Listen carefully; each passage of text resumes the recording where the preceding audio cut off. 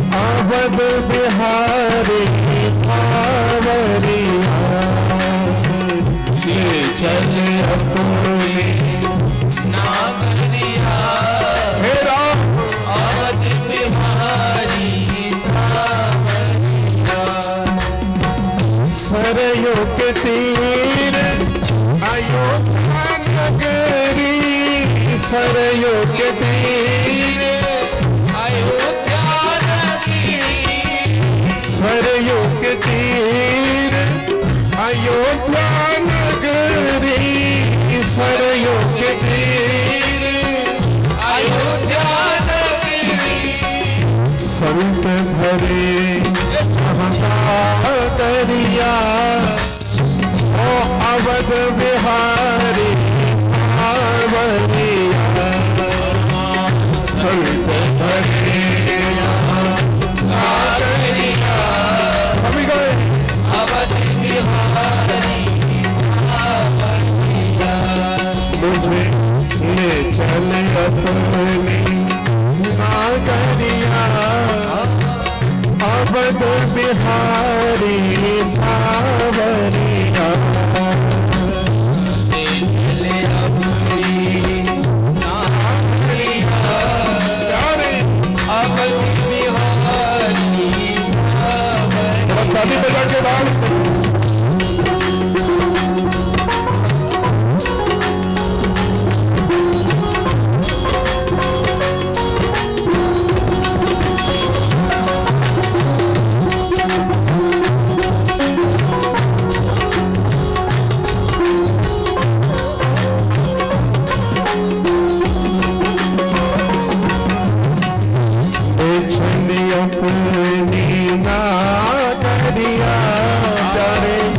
अवध बिहारी सावरिया,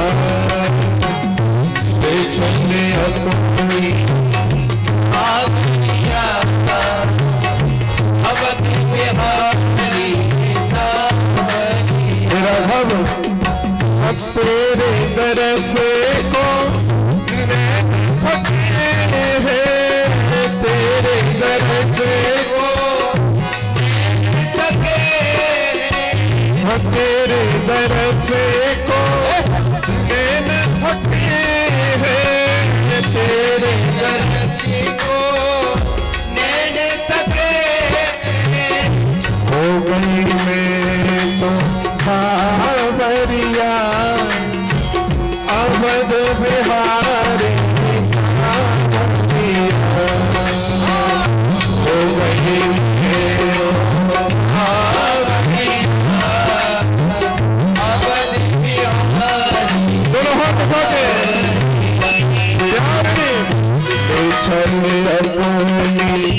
नागरिया, ओ अवध बिहारी सावरिया। नागरिया, अवध बिहारी सावरिया। रामचंद्र भगवान की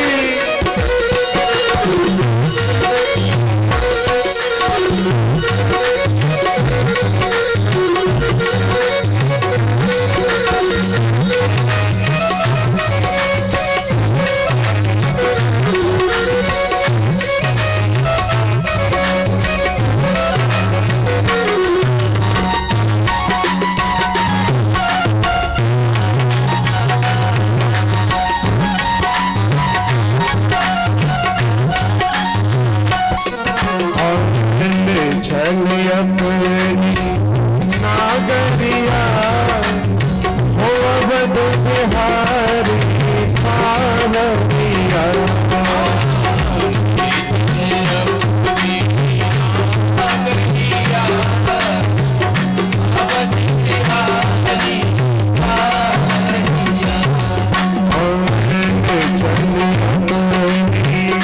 नागरिया प्यारे अवध बिहारी सावरिया।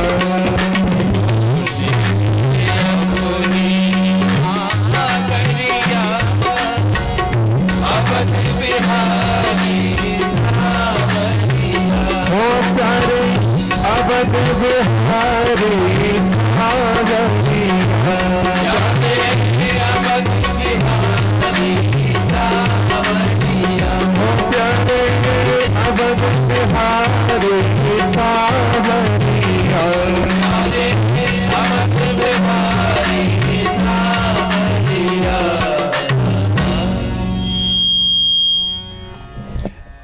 बच्चा जा रहा है, गाता हुआ जा रहा है।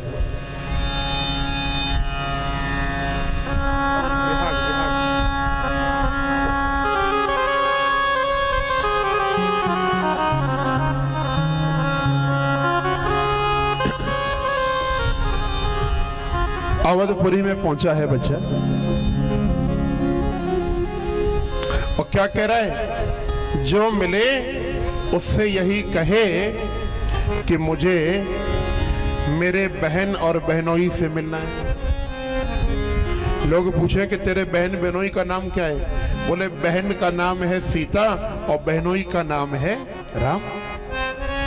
लोग हंसने लग जाए, अच्छा तो राम सीता तेरे बहन बहनोई हैं? हाँ भैया, उनका एड्रेस क्या है, कहाँ रहते हैं? तो लोग मंदिर का पता बता दे। अब मंदिर में जाए तो भगवान नहीं मिले, मूर्ति दिखाई दे।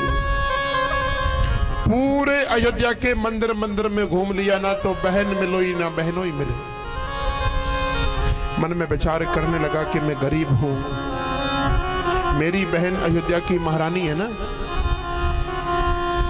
अगर अपनी ससुराल वालों के सामने गरीब भाई से मिलेगी तो उसका बड़ा अपमान होगा। मुझसे मिलना नहीं चाहती मेरी बहन।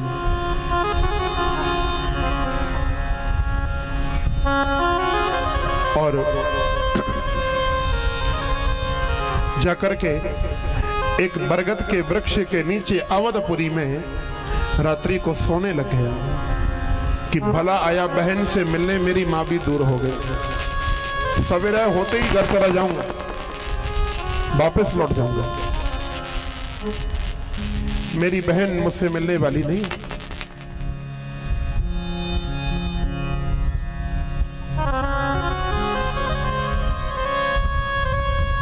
बंधुओं,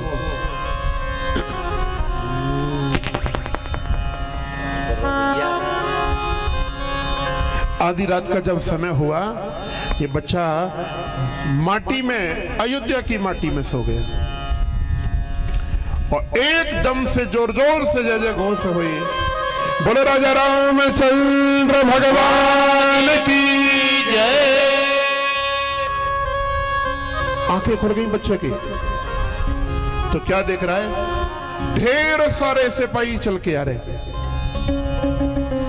सिपाहियों के पीछे एक हाथी है, जिस हाथी पर महावत के रूप में बैठे वीर बजरंग बली हनुमान। हाथी के ऊपर हौदा है, जिस हौदे में बैठे हैं श्री सीताराम, श्री राम जानकी। और जोर जोर से जय घोष हो रही है, जय जय श्री राम। और दूर खड़ा हो गया बच्चा, कहने लगा, लग रहा है किसी की सवारी निकल रही है। क्या हुआ, हाथी आया और बच्चे के पास में आकर के खड़ा हो गया। हाथी झुक गया और हाथी से भगवान श्री राम और मैया जानकी नीचे उतर के आई। अब भाई बहन को देखता है और बहन भाई को देखती है। ना तो जानकी कुछ बोले और ना ये छोटा सा बालक, ये भैया कुछ बोले। राम जी ने कहा, बालक तेने नहीं पहचाना, ये कौन खड़ी है? ये कोई और नहीं है भैया, ये वही तेरी बहना है जिससे मिलने के लिए तू इतनी दूर से मिथिलापुरी से चल के आया है। बच्चा बोला, नहीं ये मेरी बहन नहीं हो सकती। अगर ये मेरी बहन होती तो इस प्रकार मुझसे दूर ना खड़ी होती। अगर ये मेरी बहन होती तो अब तक इन्होंने मुझे अपने हृदय से लगा लिया होता है। तो बंधुओं, आप सब लोग जानते हैं, जनक सुता जगदननी जानकी, जनक सुता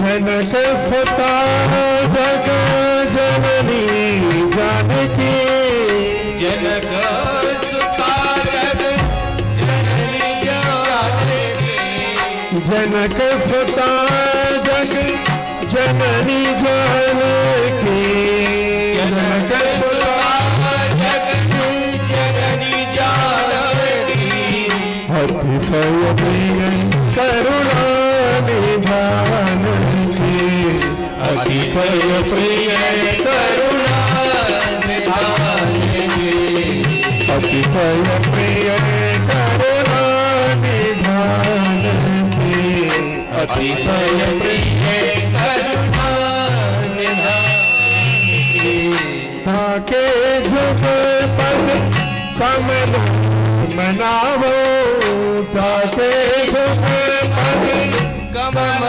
मनावो ताके झुक पद कमल मनावो ताके झुक पद कमल मनावो तासु कृपा निर्मल मति पावो तासु कृपा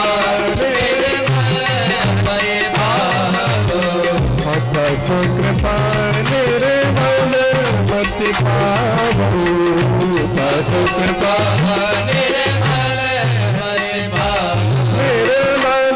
मति पावो।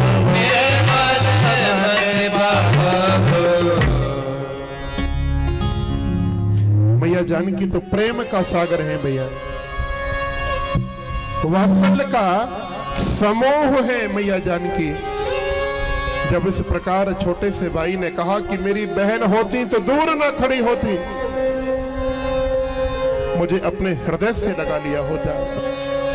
ये सुना तो एक आंख से गंगा और दूसरी से यमुना बह पड़ी मैया जानकी के, और छोटे से भैया को उठा करके मैया ने अपने हृदय से लगा लिया। भैया मैं ही तेरी बहन हूं। हृदय से लगा करके खूब रोई मैया, और खूब रोया है छोटा सा भाई। आप मेरी बहन है ना, तो बांधो मेरे हाथ पे रखे।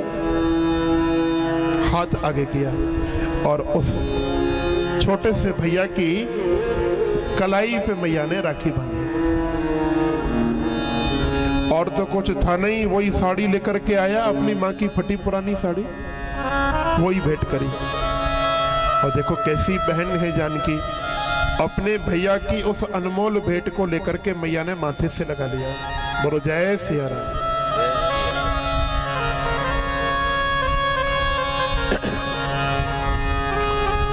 बहुत लाड़ किया अपने भैया से, भोजन भी कराया है। और आपको बताऊं, वो बालक उस दिन के बाद अयोध्या को छोड़कर के वापस अपने घर मिथिला गया ही नहीं।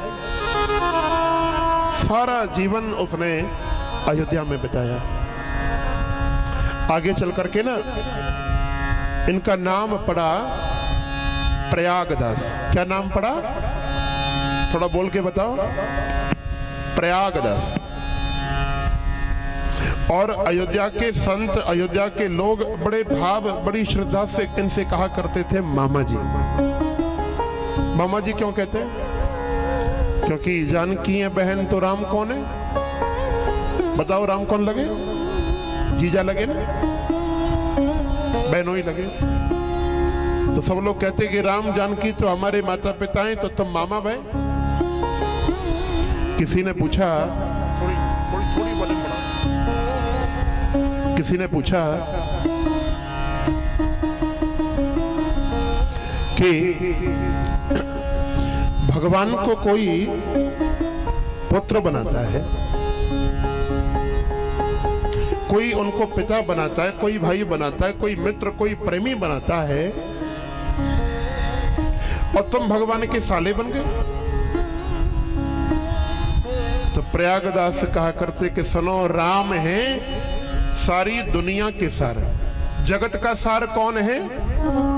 राम। और जो सारे जगत का सार है राम, हम उस जगत के सार हैं। देखो, मिथिलांचल भाषा में, अवधी भाषा में साले को कहा जाता है सार। क्या कहा जाता है? सार। तो तो प्रयागदास कहते कि राम है सारे जगत के सार और हम हैं राम के सार, इसलिए हमने राम को बहनोई बनाया, हम उनके साले बने। देखो जैसे यहां कथा चल रही है ना, अयोध्या में भी कोई कथा राम जी की चल रही थी और ये प्रयागदास बैठ के कथा सुन रहे थे, और जो कथा सुनाने वाले महाराज थे उन्होंने राम जी के वन गमन का प्रसंग उस दिन सुनाया कि राम जी वन में गए। अब तो महाराज जैसे ही वो राम वन गमन की कथा सुनी तो व्याकुल हो गए प्रयागदास, इतने व्याकुल हो गए, कहने लगे कि अगर घर में छोटा मोटा झगड़ा हो जाए तो क्या घर छोड़ के जाना चाहिए? अरे जाना ही था तो कम से कम हमसे सलाह तो कर लेते, अरे जाना ही था तो अकेले चले जाते, हमारी बहन को भी साथ में ले गए, दोनों घूम रहे नंगे पैर, लखन को भी ले गए। अब देखो लोगों से कहें, अयोध्या के लोगों से, बोले भैया कुछ पैसा दो। क्यों? बोले अपनी बहन बहनोई के लिए मुझे रजाई गद्दा की व्यवस्था करनी। चित्रकूट की भूमि पे रहते हैं, कोई साधन उनके पास में अपना नहीं है। अवध के लोग भी इनके मन की भावना को जानते थे। भैया क्या किया, सबने इनको थोड़ा थोड़ा पैसा दिया, तो 3 गद्दा, 3 रजाई, 3 तकिया और 3 जोड़ी जूता खरीदे प्रयागदास ने, अपनी खोपड़ी पे रखा और पैदल चल करके अयोध्या से आकर के पहुंचे चित्रकूट, और कह रहे निकल आओ, मुझे मालूम है कि तुम चित्रकूट में ही छुपे हो। खुद तो आए हमारी बहन को भी साथ में ले आए, खाली हाथ आए हो ना, अयोध्या से कुछ लेके नहीं आए। ये लो 3 गद्दा लाया हूं, 3 रजाई हैं, 3 तकिया हैं, 3 जोड़ी जूती हैं। जब भगवान नहीं आए तो बिकल करके रोने लगा। राम जी समझ गए कि ये बड़ा अद्भुत भक्त है, तो साकेत से नीचे उतर के भगवान पधारे और दर्शन दिया भक्त को, और तब इसे ज्ञान हुआ कि ये लीला तो 9 लाख साल पहले हो चुकी है। राम जी के अवतार को कितना समय हो गया? 9 लाख वर्ष हो चुके। कन्हैया ने जो लीला करी उसे केवल 5,500 साल बीते हैं, लेकिन राम जी की लीला को पूरे 9 लाख वर्ष व्यतीत हो गए।